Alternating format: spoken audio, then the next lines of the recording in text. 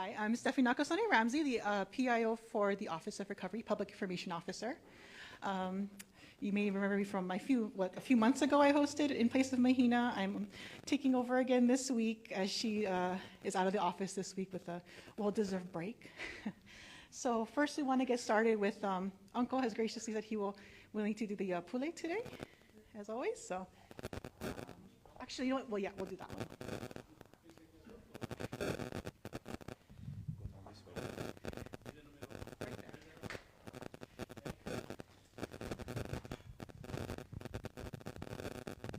Thank you. Thank you, Lord, for this opportunity. And thank you, Stephanie. Lord, we thank you for this place that you have provided us with and that it is a safe place. Thank you for bringing all of us here tonight safely and healthy. And we ask the Almighty God for thy continuance of blessings to bless the leaders of our community, the Maui County community, that they will lead us in the right path and that you guide them and that they have the knowledge and strength to give us this guidance. Thank you for all the resources that you have provided for us that has come to this point of cleaning up our properties to make ready for our rebuild. And we thank you especially for all the people that had the patience and had to share within this time of need. And we ask especially, oh Lord, that you give us guidance throughout these meetings, that we will successfully recover from this problem that we had. We ask that you bless each and every one here tonight, oh Lord, that we may have the strength, the courage. Bless us with the knowledge and the wisdom that we may need to talk story and solve problems that we may have.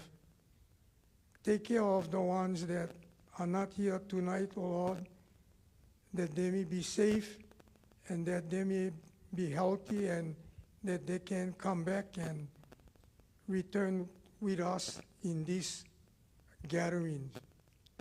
We ask that you bless each and every one as we go forth to our homes, that you go before us, open the roads up, that it be safe and healthy, and that you return us all home safely to our loved ones. We pray this in Jesus' name.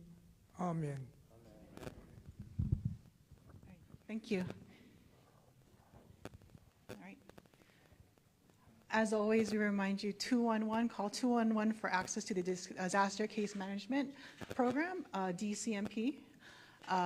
There's a new thing at the bottom there for if you're outside of the state. So for those of you, especially online, if you are out of the state, don't call 211. That will take you to that state's designated 211 number.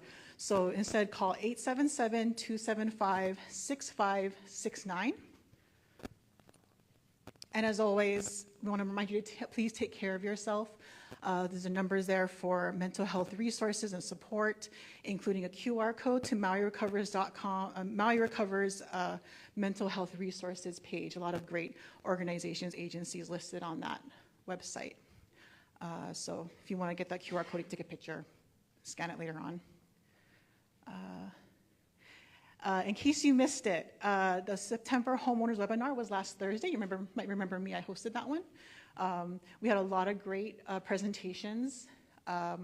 We had, as you can see, a lot of topics were covered. FEMA gave a presentation on their new microbuild project. We also had our planning department give a presentation on the expedited SMA exemption process, and actually we will be going over that again today just because we want to get the word out to as many people as possible about this application. If it applies to you, please take advantage of it. We also had updates to the wastewater system, a few more lots getting their sewer service back. We also had Hawaiian Electric talking about how to restore electricity to properties kind of a guidance on how to do that, go about doing that. Also SBA, who is also, I believe Nancy is here, yeah, in the back there. She's here tonight to answer any questions you may have, but she presented on loans that are available, not just for homeowners, but also renters, businesses, nonprofits, gave a few deadlines that are to keep in mind. And also we had the Insurance Institute for Business and Home Safety on tips for building more fire resistant. For those of you who may not know, the IBHS has a lab in South Carolina where they do a lot of experiments. And it was very interesting to see kind of the research that they put into giving tips again on different materials that work better, all those different things that you may want to keep in mind as you rebuild. And mentioning South Carolina, we just want to send our thoughts and prayers to those in the southeast of our country as they go through, their own awful disaster. So I know everyone here can empathize with that. And the QR code there is to take you directly to the page that has the video replay as well as the slides presentation. This you may have heard about from last week. The Department of Agriculture, the County Department of Agriculture has a survey out that they would like everyone's input on food and nutrition security plan. That QR code will take you directly to the survey. Obviously, we all know that food security has been a huge issue before and after the fires. So please submit your input. Basically, it's helping to prioritize what's in the plan. We wanted to quickly go over some water FAQs. We had a few questions last week about water meter reinstallation, and we clarified a few points with Kimo Landgraf, our Deputy Director of the Department of Water Supply. There's a few things, actually, a few tweaks that happened here that make it a little bit easier. So right here, how do I request my water meter be reinstalled? There's an email now. You can actually email as well. It used to be just a phone number. Now you can call or email. The email right there, water.supply@mauicounty.gov. If you do send an email, please include your name, property address, contact phone number. As was before, same answer for the second one. Does it cost anything to replace it? No, it does not. Let's see. Oh, this is how long will it take to get the meter replaced? And again, the time varies between 2 to 6 weeks, and you can call for updates. But this is, the important note is that they are prioritizing customers who have an approved building permit, and those who need it for irrigation, watering plans, dust control, may need to wait a little bit longer than that, 6 weeks. But we wanted to emphasize this point that if you are not rebuilding, you can still request a water meter be reinstalled. It's just you may have to wait a little bit longer. And then this is also a little bit changed from what it was before, a little bit easier, because before we had said if you need to reactivate your account, then you have to, after you get your water meter installed, you have to call Department of Water Supply again and do all that jazz. Not anymore. It was clarified that once your water meter is reinstalled, that the Department of Water Supply's fiscal division will be notified and your account will be reactivated. Of course, if there's any issues, you can call that number 270-7834. And these FAQs, as well as a few others, are on mauirecovers.org/water. And this takes us to our agenda tonight, pretty packed agenda. We have a debris clearing update from the U.S. Army Corps of Engineers. FEMA, following up on a question that we had last week, is here to give an update on progress on the Kilohana Group site. We also have MEMA here to speak on the Phase 4 zone opening. That would be like the Kilauea, Mauka, Lahaina Luna area. So we have Everett from MEMA here to talk about that. We have a very big update from the Recovery Permit Center from Four Leaf. We also have, again, like I mentioned earlier, kind of going over the expedited SMA exemption process again, and from our planning department. And then we also have Samaritan's Purse here to speak on their building program. And then coming up next week, before Mahina left, she said, okay, we nailed down the insurance commissioner to come on the 9th.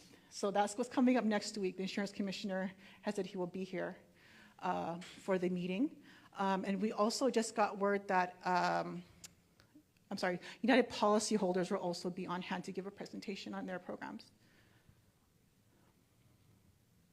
And unfortunately, I was told Mayor Bisson could not make it tonight. So we have Managing Director Josiah Nishida here.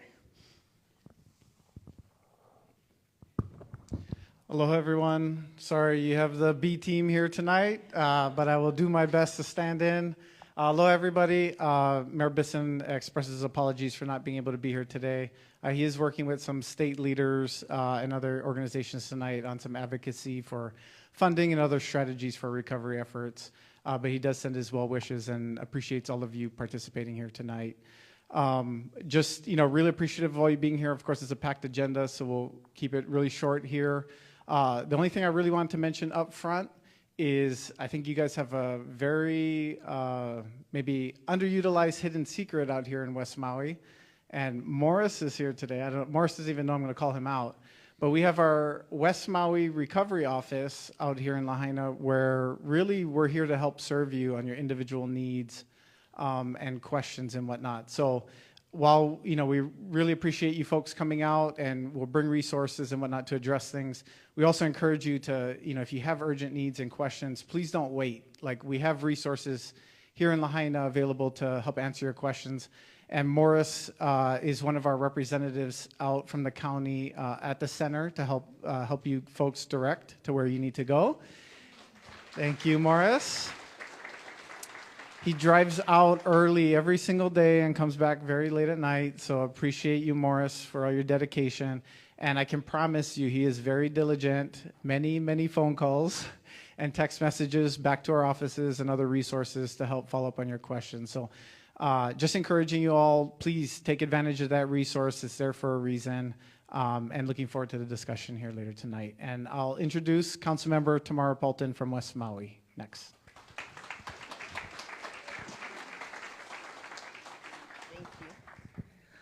Aloha, mai kako. Nice to see everyone. I don't have very much to report this week. Next week is our committee week. You can find all the agendas on mauicounty.us/agendas, and you can watch them on Akaku Channel 53 or Facebook Live. Two meetings in particular that I did want to point out: Wednesday afternoon, 1:30. I'm planning on trying to flesh out information about proposed building projects, rebuilds, government, private, in the community plan proposed after the fire, and try to put it together what the infrastructure, a master infrastructure plan would look like in terms of water, sewer, R1 water.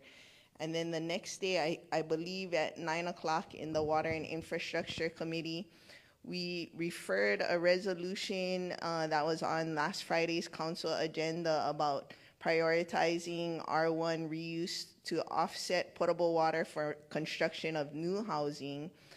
Yesterday, there was the Department of Health public hearing on the National Pollutant Discharge Elimination System permit, also known as NPDES permit, which had to do with the injection well case. And I heard a lot of the testimony. This room was about half full, talking about R1 reuse as fire protection around homes, and that's kind of in line with what Hawaii Wildfire Management Organization says about shifting the way that we manage and see our fallow ag lands.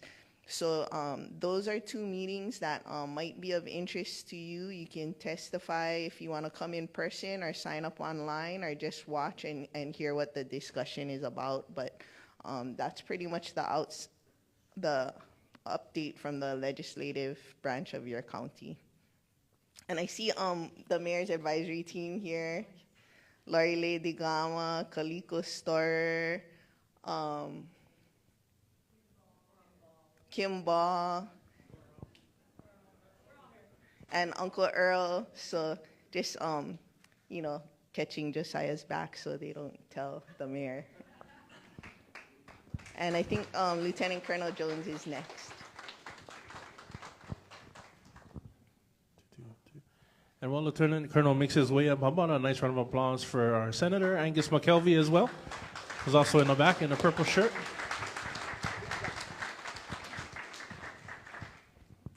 All right, aloha, good evening.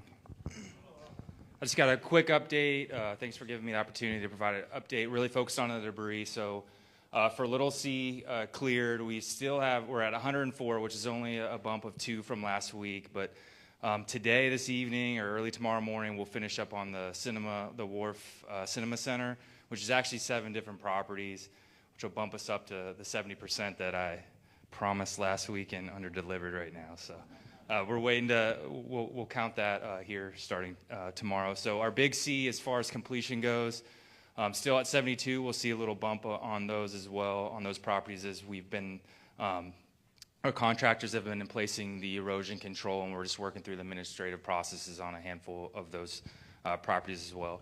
So on this past Sunday, we finished clearing on the Waiоla Church, and then moved over to the Hanwanji Mission and started clearing there. We'll be there for the next several days to clear that property. We started to remove trees. I believe we completed the tree removals from the Lahaina Methodist Church, and we removed a handful of vehicles as well. So that's all getting set up all getting set up to eventually come in and do the debris removal here shortly.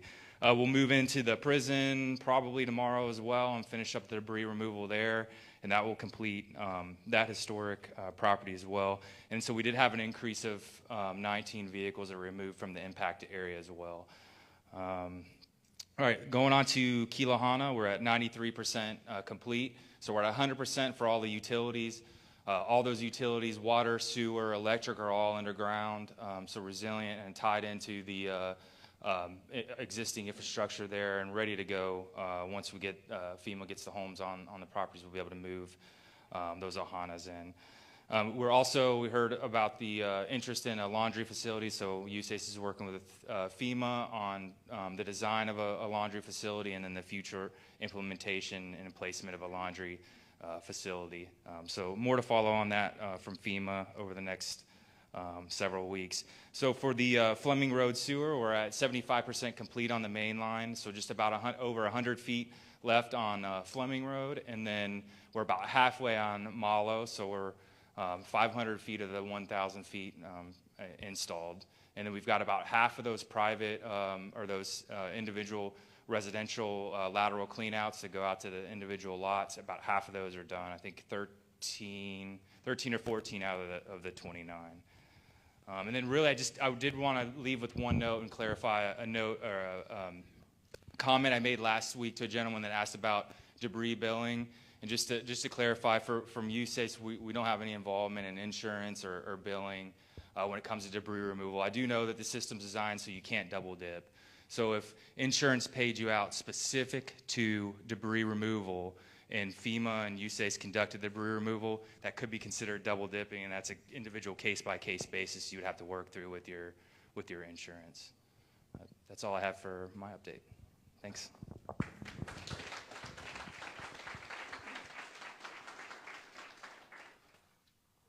Now the man we've all been waiting for. Thanks, Colonel. Aloha, good evening. We got a request last week for updates on Kilahana, so we've committed to this presentation. With that, the Colonel did provide a little bit of update on the infrastructure. He mentioned that the infrastructure of the Kilahana group site is at 93%, so we'll get a little bit more updates on the current progress of the site. But with that, just an overview on FEMA direct housing programs currently happening here in Maui. There are currently nearly 1,300 households participating in our individual assistance FEMA direct housing program, of which 1,200 are currently in our direct lease programs. So on the my left or your right hand side, the two forms of direct housing that is currently being implemented for this disaster is direct lease, and many of you, or some of you in here, are in direct lease units, but a great majority are occupying the direct lease units. And upcoming for potentially later this month or maybe next month, we'll be moving into the group site phase. So with that, 42 households have transitioned out of FEMA direct housing onto the permanent housing plan, leaving about 53 households remaining in the program that are currently housed in FEMA direct housing. 36 of whom are in the hotel sheltering program and will be first prioritized in the Kilohana group site. So that's just the numbers of the survivors and their households that we're currently working with right now. So with the Kilohana, this is just a basic site map. It sits right above the burn scar, above Fleming Road, adjacent to the group site implemented by the state. So the state has around 450 units for those that are not FEMA eligible, and our site, we have approximately 165 units for the Kilohana group site. And this is schematics that we borrow from our friends at USIS, but again, the site is just above Fleming Road. And as mentioned previously, 165 units over 20 acres above the burn scar. And FEMA's leasing this land from Hawaii Homelands at no charge. And once the mission has been completed, it'll be returned to Hawaii Homeland. So this is a completely temporary site. It's been graded and blasted. Otherwise, the infrastructure and all the units will be removed once the temporary housing mission is completed. The only thing that will be remaining left is the permanent sewer construction on Fleming Road. And the Colonel has mentioned before, it's in cooperation with the Army Corps. They're building out the infrastructure, the streets, the power, the utilities, and FEMA's procuring the units. So we're calling these units ATTHUs, Alternative Temporary Housing Units. We love our acronyms. So you might hear that acronym in the coming weeks and months, but they're basically prefabricated modular units. Some people have been calling them Ohana units, but they're prefabricated, and there's a slide upcoming. So there's going to be a mix of 1, 2, and 3 bedroom units at the Kilohana group site, and dependent on the eligible household that will be licensed into these units, some households may receive more than 1 unit based on their household composition and bedroom requirement. And this is the site plan. The Colonel mentioned a shared laundry facility. There's going to be a pet waste facility, mailbox area, but 165 units around there for the families. We're projecting potentially around 140 households. As previously mentioned, some households will receive more than one unit based on their household composition. And these are some recent pictures of the Fleming Road sewer construction. Again, this is going to be the permanent sewer line that's going to be left over after the group site is transitioned back to Hawaii Homelands. And some construction pictures of the Kilohana site. I know that there's a lot of interest in this site, but friendly reminder that this is an active construction site, so we advise that if you don't have official business there, you shouldn't be wandering around with a construction site, since it is a safety concern. And these pictures were taken last week. So as you can see, the concrete has been poured for the sidewalk, and also the light poles. Currently, the Army Corps is paving, or just about to pave the asphalt on the roads. So pictures will be updated, but right now the main project will be the paving of the asphalt.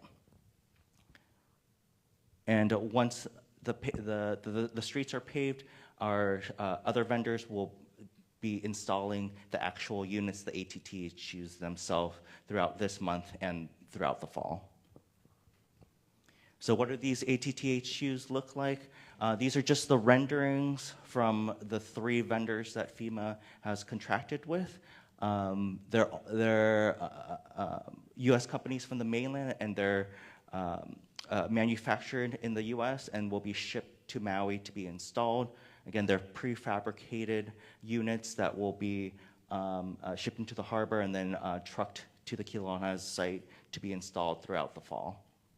1, 2, 3 bedroom models from these 3 contractors, and they're designed to meet all county and codes and compliance, and they are ADA compliant and UFIS, which is Unified Federal Accessibility Standards. So if you have a household member that needs an accommodation, we're able to put a ramp, grab bars, and any other physical modifications to the units themselves.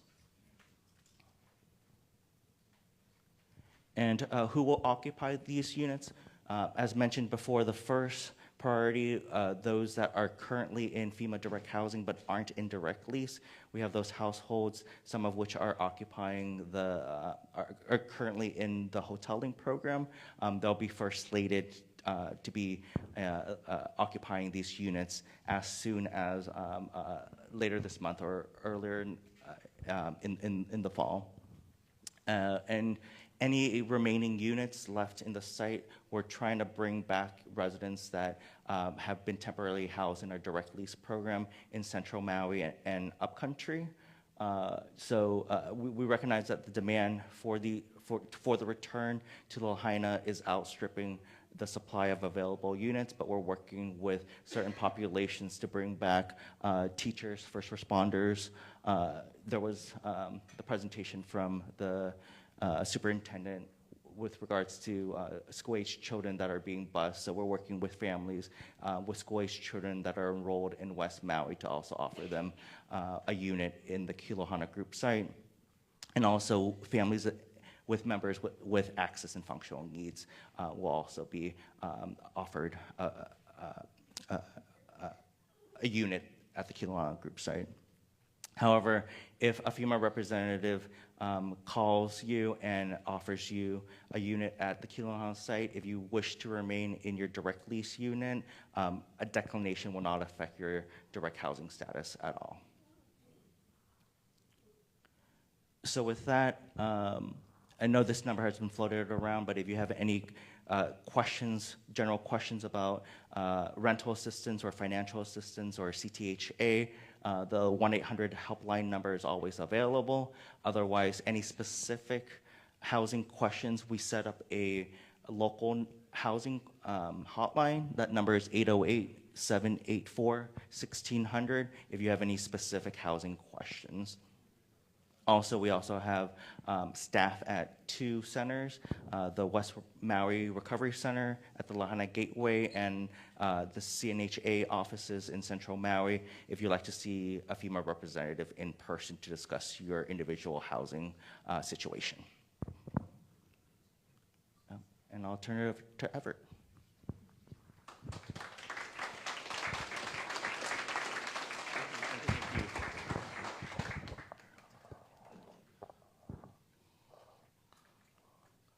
All right, good evening, everyone. I'm Everett Balmaris from the Maui Emergency Management Agency, here to just give you information about Phase 4 of the opening zones. Phase 4 is the remaining zones above Mill Camp and going up to Kiloamalka. Hey, you can see it, right on, all right, thank you. And then also on the other side of Lahaina Luna Road, we've got 10 D, E, and F. There is a section on the lower side of Lahaina Luna that will be closed due to the smokestack. The structural evaluations are still being done, and there's a 150-foot fall area that has been implemented for safety reasons. But in the event of any emergency, we can open up the lower road with the help of our security team.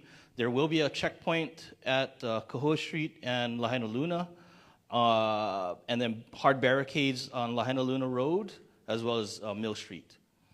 And this will take place tentatively Friday morning, and the Maui Recovers website will be updated as well.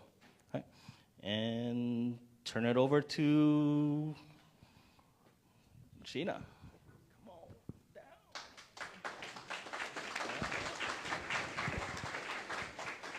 Hi everyone, if you don't know me, my name is Shayna Hippolito. Okay, this way. So just some big updates. We have issued 101 permits as of right now, hitting that 5-month mark that we've started. And currently in review, there's about 157 permits, both residential and commercial included into that. And actively being built, there's about 38 lots. So again, that's in conjunction with the County of Maui and 4-Leaf and the Recovery Permit Center. I just wanted to go over the inspections a little bit. Some of you are going to be doing homeowner builder, and you may not know where to request your inspections. This is on your MAPS portal, which is your customer self-service portal. If you were to log on, you'll find it under My Permits. Once it's issued, you can go in there and select the inspection that you need. Always 8 a.m. to 12 p.m., that's the time window for our inspectors to be out there, due to the fact that we also staff the Office of Recovery in Lahaina from 1:30 to 4:30 p.m. That's it for me. So this is our contact information if you need anything. Give it a second.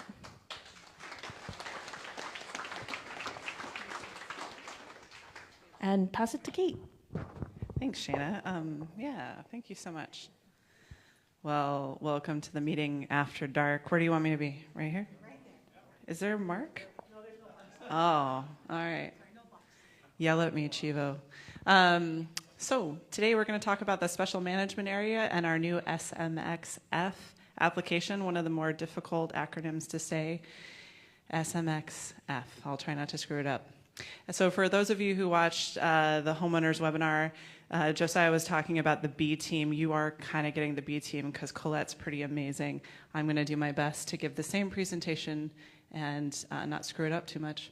So we'll start real quick with the SMA and what the special management area is. So it's a close to shore area that's subject to some special controls over development, and that's as a result of the Coastal Zone Management Act, which was enacted in the 70s, and it shows up in our HRS as, or Hawaii Revised Statutes as 205A. This is boring, but I just need you to know that the county administers that SMA. So your first question is going to be, am I located in an SMA? Well, I have a handy QR code here that can help you discover whether or not you're in the SMA. We also have a tiny URL, and I think this is posted to the website afterwards. So you can grab this QR code, but generally speaking, if you are Makai of Honoapi Ilani Highway, you are in the SMA. Also, if you're in the Wahikuli neighborhood, there are some portions of that neighborhood that are in the SMA. So if you're in that neighborhood, do go check this out and make sure. So you find out your parcel is in the SMA. What does that mean for you? So if you're located in the SMA, you're going to be required to apply for an SMA assessment to rebuild. And for single-family homes, and that includes ones that have one ohana unit, you may be able to qualify for an SMA exemption, and I'm going to talk about how. But you have to apply. You can't just say, oh, I'm building a single-family home, so therefore I'm exempt. We actually do have to take a look at it and make sure. So for shoreline owners, though, you have a different process, and I've talked endlessly at these meetings about some of that, so I'll get to that a little bit more later. But we're going to start with the SMA. So we now have launched the SMXF expedited special management area assessment review.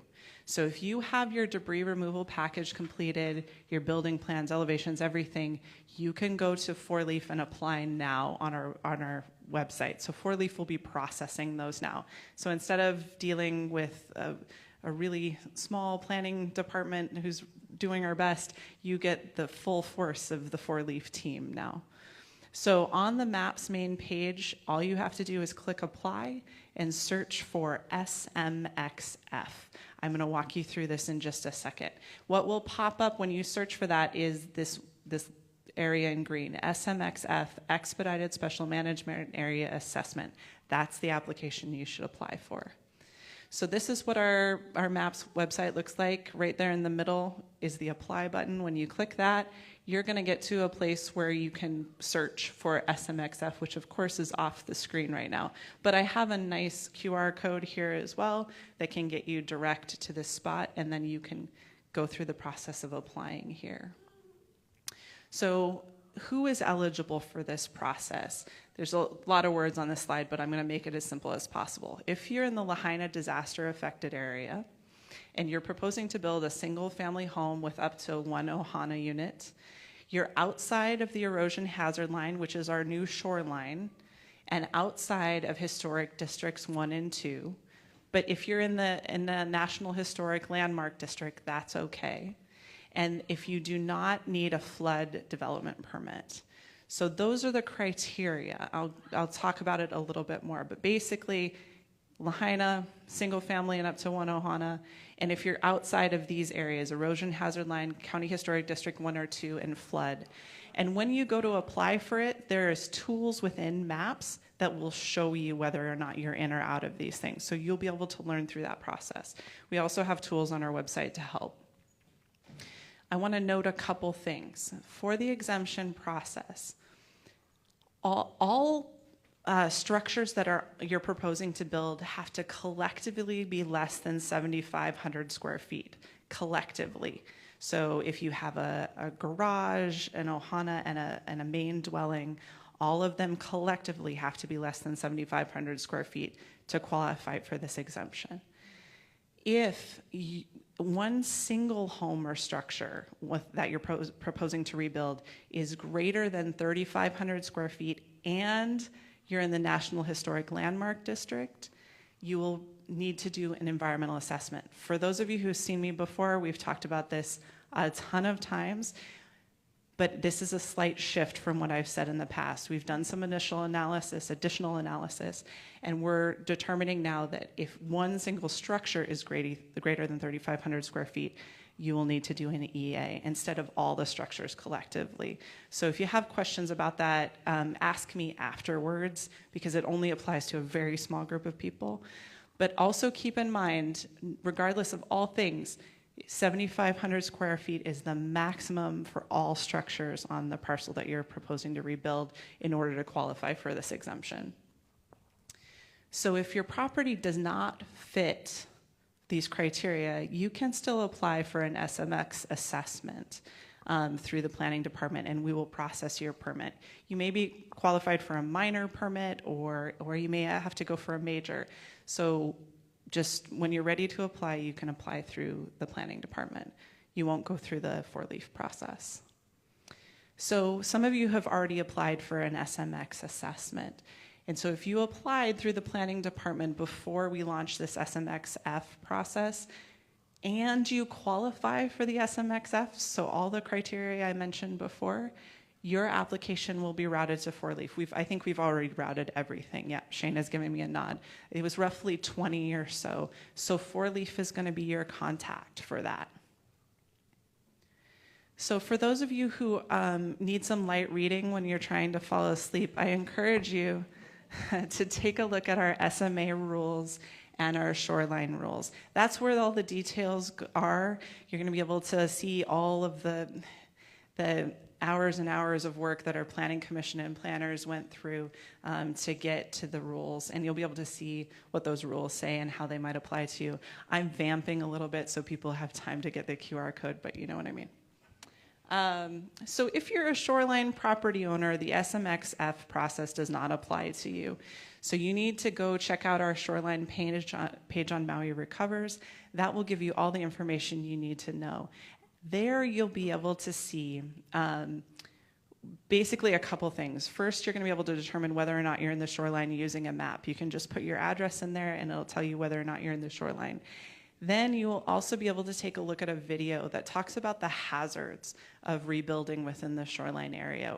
Tara Owens from UHC Grant gave a really great presentation that talks about some of those hazards. And then you'll be able to schedule a one-on-one for you to talk about your project and what you want to do.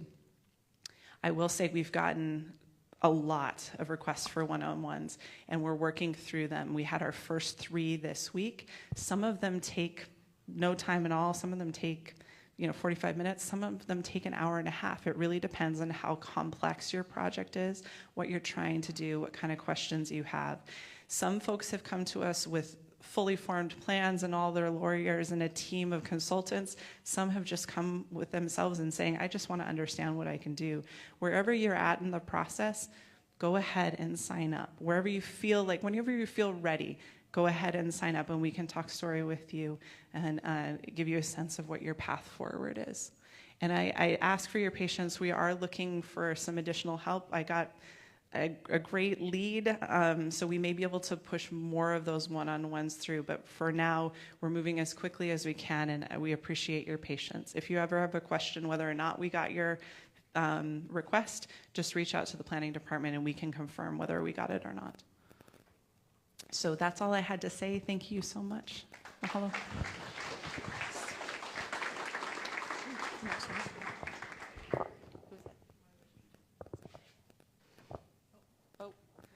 Samaritan's Purse. You're up next. So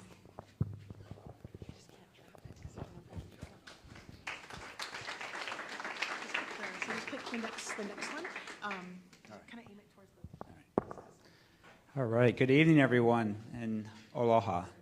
I'd like to say it is an honor for us to be here and to be able to share tonight a little bit about our program and what we are doing here in Lahaina.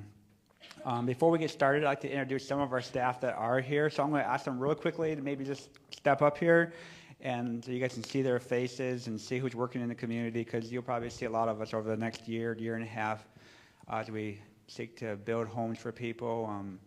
So we have, here we come. Ooh, we got a light. So we got Amy, my wife. She works alongside me. We travel around the country, do this for the last quite a few years. Lily and Eric, Dave Fleming, and Randy Dudding. Some of our team, we have a few more guys that aren't here tonight. So you'll probably see us around the countryside for next year. So thank you guys. I appreciate coming up.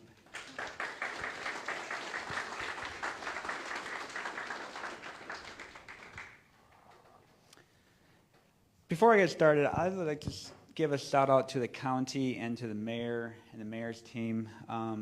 My wife and I, we've traveled around, we've followed a lot of disasters, and to see the response and the support for the community, I know it's probably not what everyone wants to see, but I've been blown away by just the county's support for the people, for the community, and just for the community's support for each other. Truly, to be honest, I have not seen that kind of support before, so thank you to the county, thank you to all you guys as well. It's always encouraging to see community helping community. Well, we have a lot of work ahead of us to rebuild Lahaina. And again, like I said, it is an honor for us to be here and to be part of the rebuilding work. This is obviously, it had a lot of damage, and we have a lot of rebuilding to do. But before I get started going through my slides, I'm going to allow Amy to share a little bit about who Samaritan's Purse is and what we do and why we do what we do. Aloha, everyone. So Jesus tells the story of the Good Samaritan in the Gospel of Luke. I'm sure many of you are familiar with that story. The story gives a clear picture of God's desire for us to help those in desperate need wherever we find them. After describing how the Samaritan rescued a hurting man whom others had passed by, Jesus told his hearers, "Go and do likewise." That is the mission of Samaritan's Purse, to follow the example of Christ by helping those in need and proclaiming the hope of eternal life. For over 50 years, Samaritan's Purse has done our utmost to follow Christ's command by going to the aid of the world's poor, sick, and suffering. This, in turn, earns us a hearing for the gospel, the good news of eternal life through believing and trusting in the Lord Jesus Christ for the forgiveness of our sins. Our mission statement says, Samaritan's Purse is a non-denominational evangelical Christian organization providing spiritual and physical aid to hurting people around the world. Since 1970, Samaritan's Purse has helped meet the needs of people who are victims of war, poverty, natural disasters, and famine with the purpose of sharing God's love through his Son, Jesus Christ. The organization serves the church worldwide to promote the gospel of the Lord Jesus Christ. Thank you.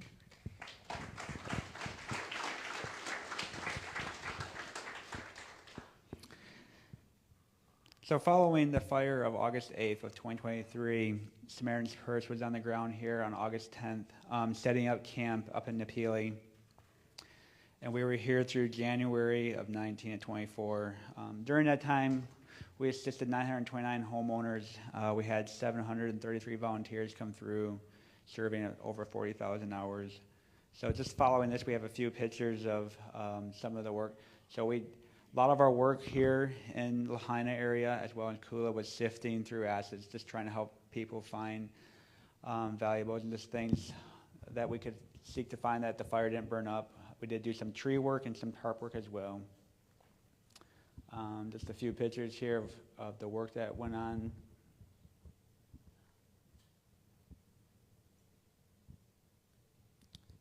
And this is our disaster relief camp set up in Napili. We had right after the fire, it was a quick setup so we could get out and start working. And then following our disaster relief, often we have a rebuild program. So tonight I'm going to talk a little bit about what our rebuild program is and what we do. Samaritan's Purse, we are back again to Lahaina, and we're prepared to assist qualified homeowners rebuild their primary residence that are financially unable to do so. To those that qualify, our homes are a free gift.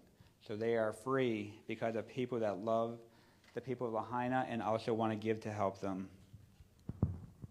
We are accepting applications from homeowners who meet the following criteria. So our first criteria is that you must be a resident and own land and or property burned by the Maui County fire. And we recognize sometimes people don't always own the land.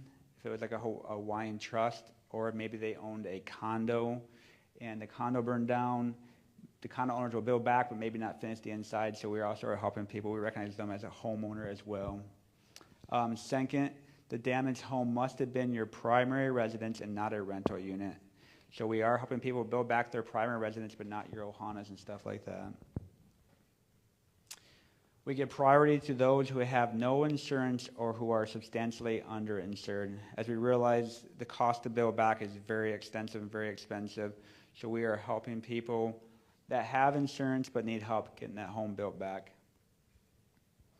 We do ask, though, that if people receive FEMA and insurance funds, that they use that first, and then we cover everything above and beyond that as a gift. The only thing that we ask is that a homeowner will live and reside in the home for 5 years before they sell or rent it out. That's pretty much our only thing we ask of them. So our goal here is to build up to 40 homes from ground up. And that is, we're working through local builders. I'm sure some of you know Danny Polikiko, and Dwayne Betzo are two contractors that we're working with. So here in Hawaii, we're not licensed contractors that we are in other states. So we're working through local licensed contractors to build our homes. So they'll be our main contractors, and we'll be working with others as well. So as you know, it takes time to get the houses and the houses to fit the properties and to get all that permit through. But they are in the process of trying to get some permits right now. And also we have what we call a materials assistance program. And that looks like it. So someone has a contractor already and they're starting building their home, but they don't have enough insurance funds to build their home. We are offering materials assistance up to $250,000 per household to help pay for materials and stuff like that. And again, that is the same application process.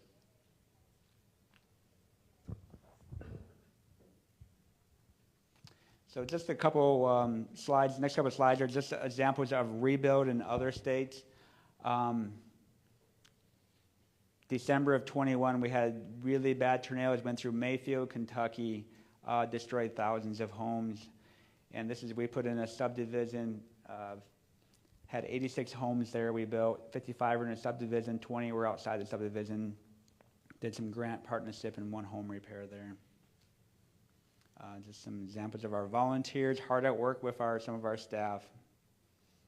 There's a finished home in Mayfield. And this here is actually eastern Kentucky after a devastating flood 2 years in a row. So after the second time, we bought a top of a mountain and leveled it off and put homes up high. So if those ever flood, everybody's in trouble.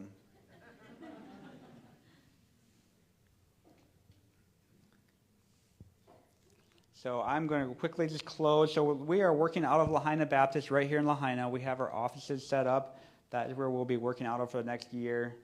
Pastor Eric Naylor, the church there, have opened their doors to work alongside of us as we always look to work with local churches and others in the area as well. So we just appreciate all the local churches and their support for Samaritan's Purse, because we always like to work alongside them. When we leave, they're the ones that pick up where we leave off. So if you guys have more questions, we'll be around here tonight, but we'll also be there. We're there at Lahaina Baptist Church Monday through Friday, 8 through 4:30.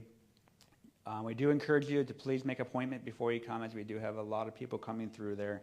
And afterwards, we're happy to give you some contacts, some phone numbers as well. So mahalo, and thank you for your time and attention. God bless.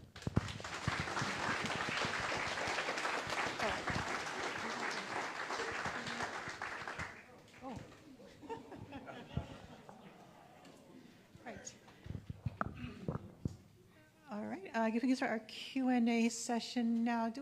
Is someone here to help with the mic? More? Yeah, oh, there you are. Yeah. Oh, I see. Here we go.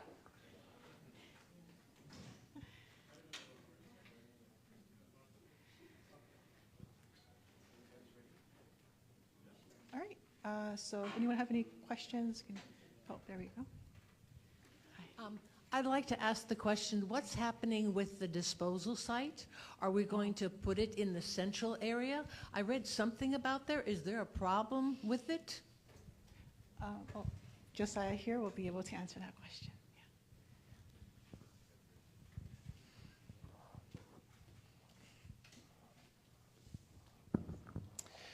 I'll do my best. What I will say, because there's some public and non-public things occurring, we are doing our best to secure a PDS site, a permanent disposal site, for the debris in Central Maui at or near the Central Maui landfill area.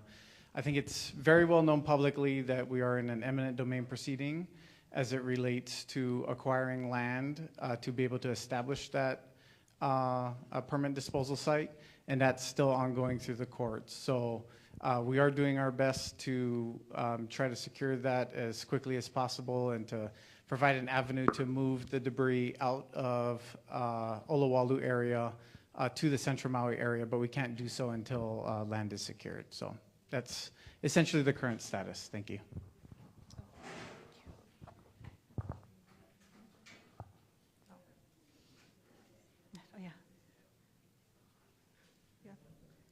Here. Oh, Cynthia, sorry. Oh, you have some back there. Okay. Then after that, we can move to the front here. There's a couple in the front is out there. Yeah. Mahalo. I'm Lori. Thank you very much for all that you've been doing over the last year. Thank you very much for all you've been doing, all of the leaders present throughout the last year. There are a couple of populations that I trust somebody in the background is serving, but I haven't heard anything yet at the public meeting. And I'm curious about them, and I'd just like to ask tonight, and maybe the answer can come next week or sometime in the near future. One would be for the folks who are utilizing the Lahaina Adult Daycare Center. We still have folks very, very stressed out at home because their seniors have been with them since the fire, and they have not been able to go back to work because they're primary caregivers. So there's some great need there. So any updates on the Lahaina Adult Daycare Center would be wonderful. Okay. And the other thing is any background work going on restoring the Hali Mahaolu facility that housed a good number of seniors as well. So anything that someone could provide would be appreciated. Yeah. I have a feeling, Josiah, I might have to just stay right here the whole night. Okay, just to make sure we're accurate, we'll follow up and get accurate information for you on the adult daycare center. I will just say for Halimaholu that they are working through the processes and looking at different options and what's possible. They have multiple properties that were destroyed, so I'm not sure exactly which one you're referring to. One property they are in discussions with the state because there might be redevelopment potential in coordination with state properties, and then they have another property or two outside of that area that they're having to work through the public assistance process through FEMA and other programs right now to find out funding mechanisms and whatnot that will be able to support rebuilding activities. But they are actively looking at ways of restoration. Thank you. All right, back there. Was there one back there? Or no, right here? Yeah, these right here. Yeah, Morris right here. Okay. Hi, thank you. Yeah. My question is for the mayor and the planning department. Okay. My name is Dawn Burton. I'm 83 years old, and my place burned down in Kahoma Village. Now, I'm sure you all know where Kahoma Village is, and my unit was right in the middle. Kahoma Village is 95% there. It's occupied. People are living there. They're living their lives. They're walking their dogs. They're going to school. But I can't.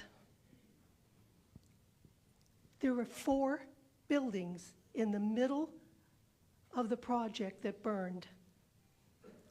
And we have a contractor. We have insurance to cover it. We have it cleared.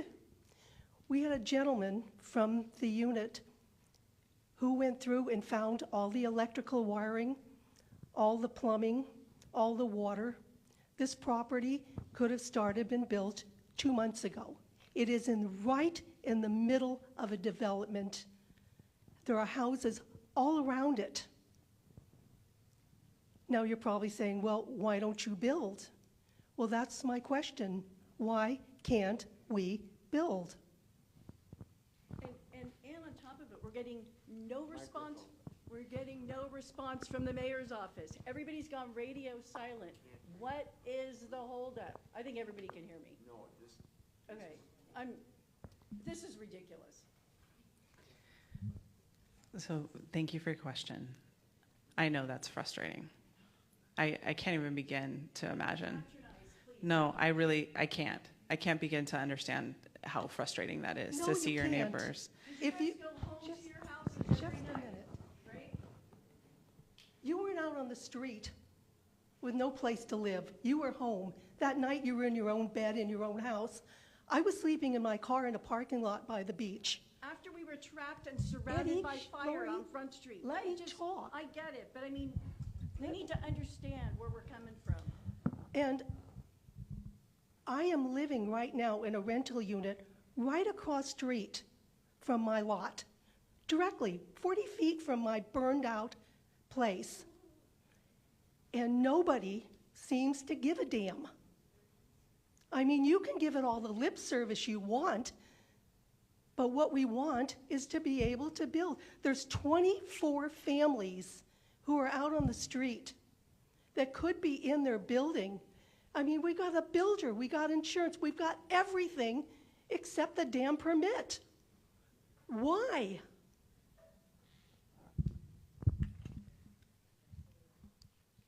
So Kahoma Village is a tricky project, and it's because of the legal framework that we operate in. You can still issue an emergency permit.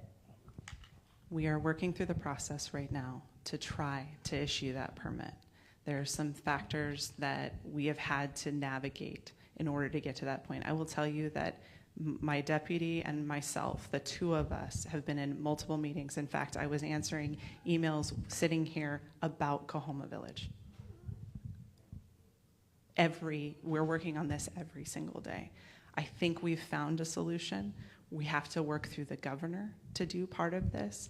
We have to work through our own systems to do part of it. And I promise you, you're not being ignored. We are just working as hard as we can to get it done. And I'm sorry. There's nothing else I can say, but I'm sorry. You're right, I wasn't there. And I can't imagine how this feels. And I just have to tell you in every possible way that we are working as hard as we can. And I think we found a solution this week. And we have to work through the governor's office in order to get to it. It's not only us. What does that mean, governing office? So we are asking for an amendment to the emergency proclamation to allow for permanent structures to be built. But we have to, there are legal frameworks that are at the state level that they have to consider, and we can't make that call. So we are reaching out to them and asking that question, if they would be willing to amend the EP to do this. But there are other ways, and we're still working those other ways in case this doesn't work. I want you to know you haven't been ignored. It may feel like it, but we haven't been ignoring you. We've been working. I understand that. We got a letter, the homeowners got a letter 3 weeks ago stating that the SMA was forthcoming. And the contractor was there, everything was going to start the next day, and nothing. I mean, I understand that there were some problems here, but you have to understand too that I'm paying for a house that isn't there. I'm paying for homeowners association for nothing. I've got a $4,000 assessment from the homeowners insurance, which means I'm paying for somebody else's insurance because I got nothing to insure. And I'm also paying a huge amount of rent. I'm paying out twice what my income is through savings and insurance, and I'm about broke. And I'm 83 years old. I would like to spend one night in my own place before I die. It isn't too much to ask. Please, help us.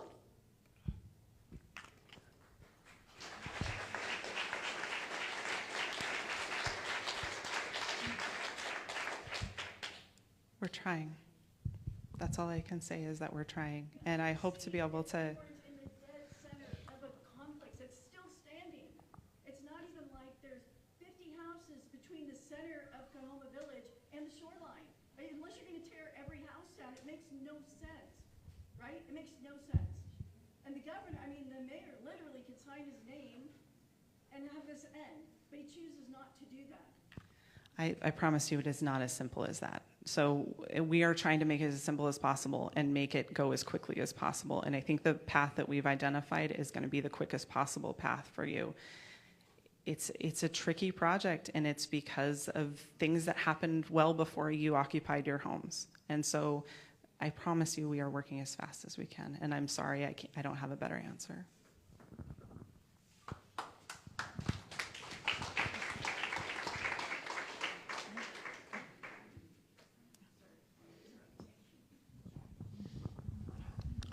Looking to the future, I see once we do rebuild, the electric bills are going to be quite high. Also, we had the problem with the electricity not being able to come to the west side. Is there anything that we can do as a community to organize to get solar, maybe a solar backup? Because now we're hearing whenever there's going to be high winds, the electricity is going to be cut off. So it would be nice, maybe small communities, maybe the whole Lahaina, but something, even with, if we can apply for a grant or get some kind of government help to get a plan for the future, maybe even some offers, oh, this is a good solar project. I've heard of solar roof tiles. something that we could organize and go forward with a smart idea, something that's going to work and will help us in the future.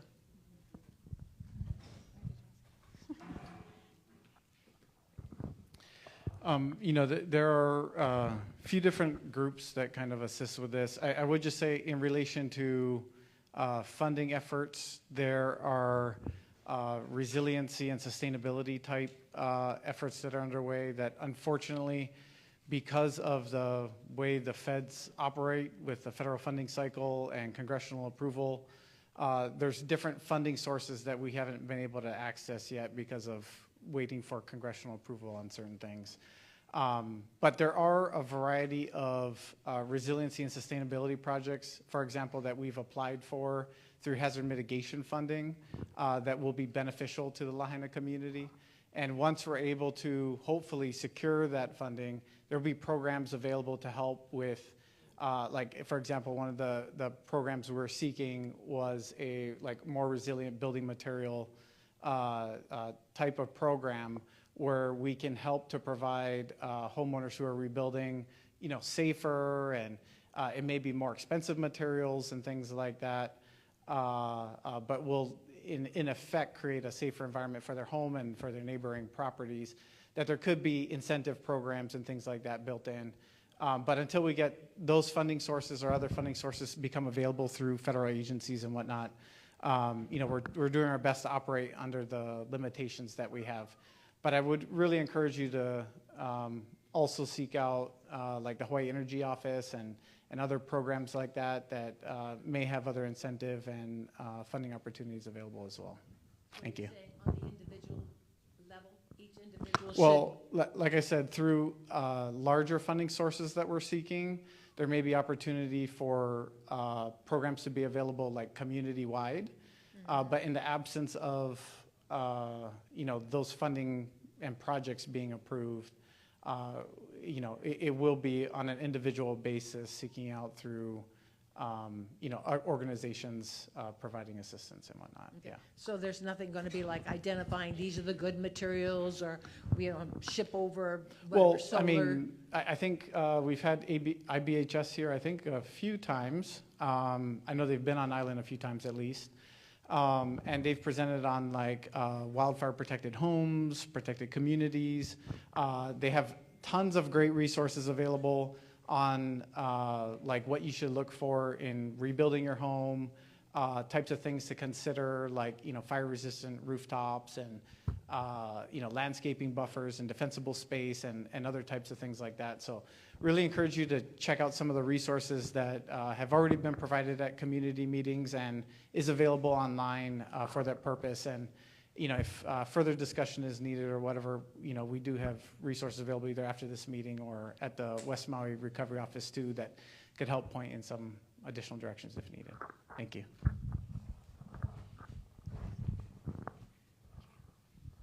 Do we have any more? Oh, right there. Aloha. Hi. Last week, I spoke to the mayor about water access, and I was at the Recovery Center today, and a big mahalo to CNHA for the work that they do there. They are wonderful. But I did talk about water access, and August 3rd is when the Resource Center opened. August 3rd was also when the water was declared safe. It was also August 3rd that they took away the water wagons. And the mayor was going to give me an answer today regarding that water wagon. Anybody? I did contact the Deputy Director Kimo Landgraf about that, and he said that there are no plans right now to return the wagon to the center. You can, for residents, they can apply for the water meter to get, so your property can get water back. Oh, we won't go into that. That's a long story. And that's what I'm talking about, water access. Not just for me, but for a whole community. We are in peak hurricane season. Look what's happening on the mainland right now. And Hurricane Dora was 500 miles south when it hit on August 8th. And look what happened. So when the shelves are empty and there's no water, and we have no water access, I mean, I'm sorry, we didn't have any water access during the fire, and now what you're telling me, we have no water access now. How is that progress? We can go back and Josiah wants to comment on that. I mean, I'm sorry, I don't know what conversations you had previously, but it sounds like maybe there's two different things being conflated here. One is access to potable water for individual residential properties, that's been cleared. So the lines are pressurized, and if you are rebuilding, you are able to hook up to the water system and get water. No, I'm getting water from Uncle Earl Kukahiko. So every day I'm at his house because I have no water access. Our permit has been in since maybe July, beginning of August. So into Four Leaf? Yes, and Okay. Four Leaf, I believe, has approved it structurally, but basically they're waiting on the water department, and from what I understand, they need to install 2 fire hydrants on our street. But that shouldn't have anything to do with our water permit for the house. So thank you, Uncle Earl, but I'm not just talking about for me, I'm talking about for our whole community.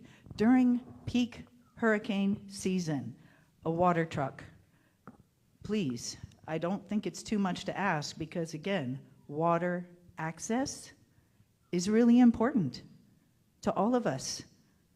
It's important. So if the mayor could, well, I guess I have my answer because there's no water truck, there's no mayor, and there's no water access. So I think I have my answer. But that is not progress. Okay, thank you, ma'am. I mean, I appreciate your comments and sentiments, and I mean, without knowing your individual parcel and where you are in the process, I mean, it's impossible for us to determine right here on the spot.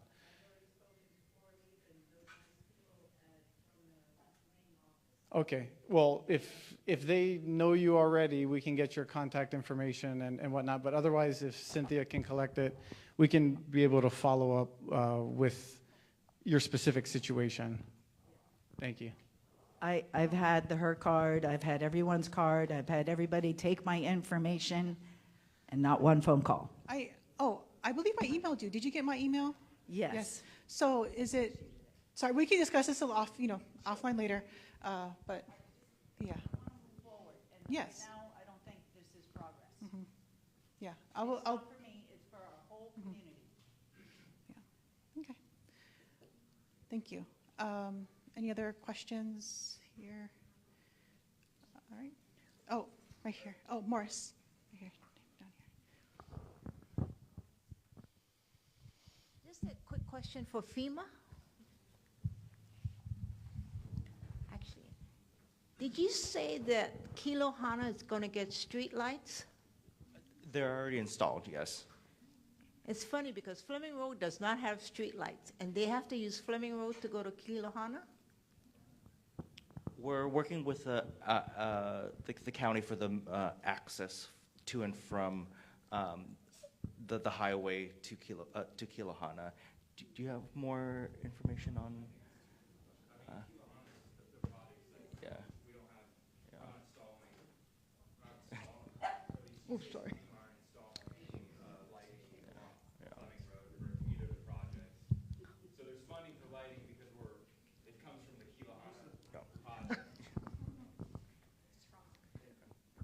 So there will be street lights. There are street lights at Kilohana as part of the group site project. To access Kilohana, what road do they use? Fleming Road? They'll use Fleming Road. Who has no street lights?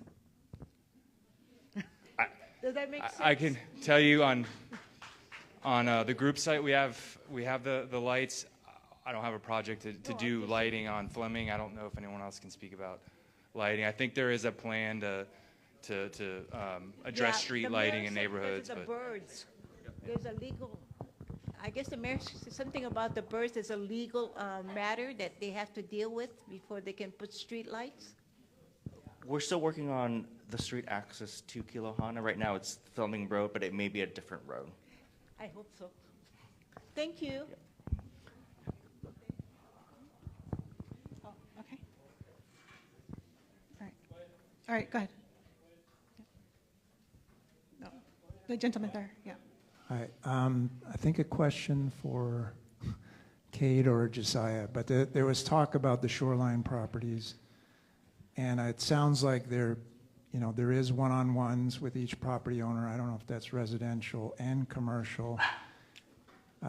Tamara did mention that on Wednesday they're going to discuss sort of master plans for Lahaina rebuild. Is there any discussion about a master plan for the shoreline? Or is it all being done one-on-one, basically in order to keep people out of harm's way? Is there discussion of a master plan, moving infrastructure or land swapping, not just on a one-on-one basis, but a larger basis? Okay, so I can speak to two aspects of this. The first is the one-on-ones. So the one-on-ones are individual property owners, and embedded within your question was another question: is it just residential or is it also commercial? And the answer is it's commercial as well. We've gotten requests. I will say that we are prioritizing residential property owners over commercial for the moment while we gather resources. So then your other question is about this infrastructure master plan, and that I'm certain includes, it's not my department to talk about, but this is, as I understand it, includes all of the area and not just, so shorelines won't be segmented out specially. As far as a master plan for the shoreline and how the shoreline might redevelop, I'm going to have to defer that question a little bit. We're in the process of the long-term recovery plan. We're building that right now. Within that program, for those of you who've heard me talk before, the long-term recovery program plan is programs and projects, programs and projects with timelines so that we can seek funding for different things. Among those programs and projects are some discussion of master planning for Lahaina, and I don't want to jump ahead of where we are. So we will be releasing the long-term recovery plan sometime very shortly. We have a draft that we've been revising, and we're talking with all of our department heads right now to make sure everyone's on board before we release the draft to the public to get your feedback on it. And within that, there is discussion of how we handle infrastructure, how we handle the shoreline, how we handle some aspects of master planning the rebuild. All right, any more questions? I don't see any, so if not, thank you everyone for coming tonight. The slides up for tonight will be on, it's actually currently up on MauiRecovers.org under past community meetings. So you can go ahead and get some of those QR codes that you saw tonight. Thank you.